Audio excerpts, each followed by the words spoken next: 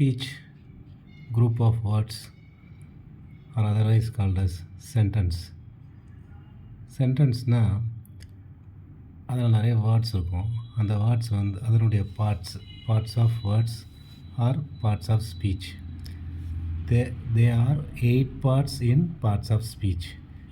First one is noun, second pronoun, third verb, fourth adverb, fifth one adjective, sixth one preposition, seventh one conjunction, eighth one interjection. Noun means direct names of living or non-living things. Living means உயிர் உள்ளது, நான் லிவிங்னா உயிர் இல்லாதது. அதுக்கெல்லாம் நேரடியாக பெயர் இருந்துச்சுன்னா அதை வந்து நம்ம நவுன்னு சொல்லணும். Example Raja, book, car. Raja is living, book and car is நான் லிவிங். இந்த மாதிரி நேரடியாக பெயரை குறிக்கக்கூடிய வார்த்தை அதை வந்து நம்ம நவுன்னு சொல்லணும். இந்த மாதிரி இருக்கக்கூடிய வார்த்தைகள் நிறைய இருக்குது, அதனால் நம்ம எக்ஸட்ரான்னு போட்டிருக்கோம். ப்ரனவுன் த செகண்ட் ஒன், ரெண்டாவது நம்ம எது சொல்கிறோன்னா ப்ரனவுன்றது indirect names.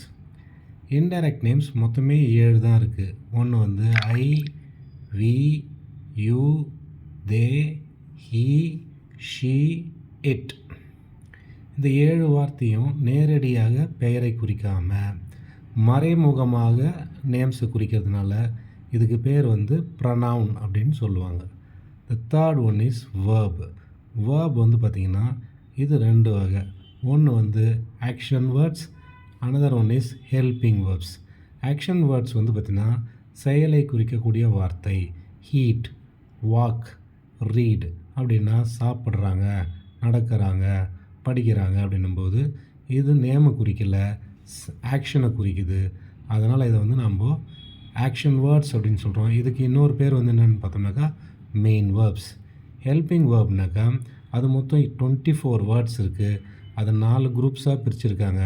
First one is be form, second one is do form, third one is have form and the last one is modal verb. அது எக்ஸாம்பிளாக 24 வார்த்தையில் ஒரு சில வார்த்தைகள் மட்டும் இங்கே எழுதியிருக்கோம். ஆம், இஸ் இது பி ஃபார்மை சேர்ந்தது. டூ, டிட் இது டூ ஃபார்மை சேர்ந்த வேர்ப்ஸ். ஆஸ், ஹேட் இது have form verbs. Can, may, might modal verbs. மொத்தம் 24 இருக்குது. இங்கே நம்ம அதில் இருக்கக்கூடிய சில வார்த்தைகளை மட்டும்தான் எழுதியிருக்கோம். And adverb means gives meaning to verb. வர்புக்கான மீனிங்கை கொடுக்கும். The word ends with L Y. அந்த வார்த்தை எதில் முடியும்? எல்ஒயில் முடியும். Example eat slowly. ஈட்டுன்றது ஆக்ஷன் வேர்டு. அதை நம்ம மெதுவாக செய்கிற வேலையை மெதுவாக செய்கிறோம். It gives meaning to the verb, so we call it as adverb. அதனால் இதை நம்ம அட்வர்ப்னு சொல்கிறோம். Next read loudly. ரீட் அப்படின்ற வார்த்தை செயலை குறிக்கக்கூடிய வார்த்தை, ஆக்ஷன் வேர்டு. சத்தமாக படிக்கிறோம், அந்த சத்தமானது loudly, that is called as adverb. So adverb means it gives meaning to the verb. The word ends with ly. And next one is adjective. அட்ஜெக்டிவ்னா அது நவுனுக்கான மீனிங்கை கொடுக்கும். Gives meaning to the noun. Name of numbers and colours and articles. இது எல்லாத்தையுமே நம்ம என்ன சொல்லணும்னா அட்ஜெக்டிவ்னு சொல்லணும். Gives meaning to noun. நவுனுக்கான மீனிங் அப்படின்னாக்கா பாய் அப்படின்றது நவுனு. டால் அவன் உயரமாக இருக்கான், அதனால் இந்த டால்ன்ற வார்த்தையை நாம் அட்ஜெக்டிவ்னு சொல்லலாம். Gives meaning to the noun. And the next one is blue pen. Pen வந்து ஒரு நேமிங் வேர்டு. ப்ளூன்றது அதனுடைய நிறத்தை குறிக்கிறதுனால நேம் ஆஃப் த கலர், அதை வந்து நம்ம அட்ஜெக்டிவ்னு சொல்லணும். ஆப்பிள்ஸ் அப்படின்றது நவுன். அந்த பழத்தினுடைய பெயரை குறிக்கிறதுனால அதை நம்ம நவுனுன்னு சொல்கிறோம். அது எத்தனை ஆப்பிள் இருக்குது அதனுடைய நம்பர்ஸை சொன்னோம்னா அதுக்கு பேர் என்ன சொல்கிறாங்க அப்படின்னு கேட்டாக்கா அட்ஜெக்டிவ். இங்கே 5 அப்படின்ற வார்த்தை வந்திருக்கு. So name of the numbers வந்தாலும் that is also called as adjective. ஆர்டிக்கலில் இருக்கக்கூடிய 3 வார்த்தை ஏ அண்ட் த, இது ஏதாவது நவுனுக்கு முன்னாடி வந்துச்சுன்னா அதையும் நம்ம அட்ஜெக்டிவ்னு சொல்லணும். Girl is noun, a girl, A is adjective. Next one is preposition. The sixth one, connecting two nouns or pronouns.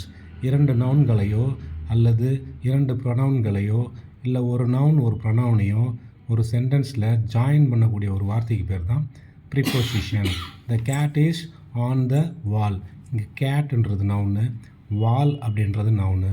On இல்லாமல் படித்தோம்னா த கேட் இஸ் த வால். இந்த சென்டென்ஸ் வந்து மீனிங் கிடையாது.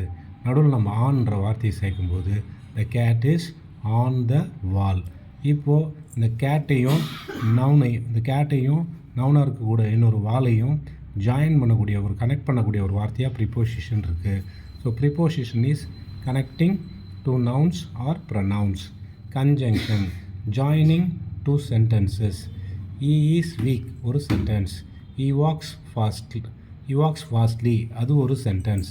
ஸோ இந்த இடத்துல இந்த ஈ வாக்ஸ் ஃபாஸ்ட்லியும் ஈ இஸ் வீக் அப்படின்ற ரெண்டு சென்டென்ஸையும் ஜாயின் பண்ணக்கூடிய ஒரு word but that is called as conjunction. Conjunction அப்படின்றது டூ சென்டென்ஸை ஜாயின் பண்ணக்கூடிய ஒரு வார்த்தையாக இருக்கும். Interjection is sensible words. உணர்வை குறிக்கக்கூடிய வார்த்தைகளாக இருக்கும். பெரும்பாலும் இந்த வார்த்தை முடியும் பொழுது ஆச்சரியக்குறி that is called as exclamatory comma இருக்கும். For example wow, oh, alas and please, sorry, extra இந்த மாதிரி வார்த்தைகள்லாம் வந்துச்சுன்னா அதை நாம் இன்டர்ஜெக்ஷன் சொல்கிறோம். ஸோ இந்த எட்டு வகையான பாகங்கள் தான், பார்ட்ஸ் தான் இங்கிலீஷ் வேர்ட்ஸில் இருக்குது. That is called as